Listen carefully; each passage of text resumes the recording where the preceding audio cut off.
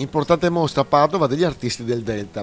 Hanno inaugurato infatti la mostra itinerante di arte sacra La spiritualità nell'arte. Nelle foto e nelle immagini il taglio del nastro con Don Roberto Ravazzolo, rettore della chiesa di San Gaetano a Padova, e il vice sindaco di Portoviro Doriano Mancin. Madrina della mostra la dottoressa Neva Desinio, psicoterapeuta studiosa dell'arte anche in chiave analitica.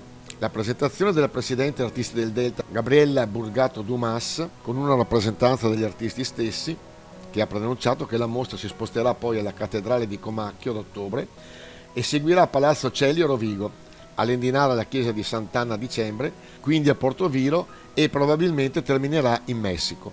Naturalmente complimenti a questa associazione che dà lustro sicuramente al nostro Polesine.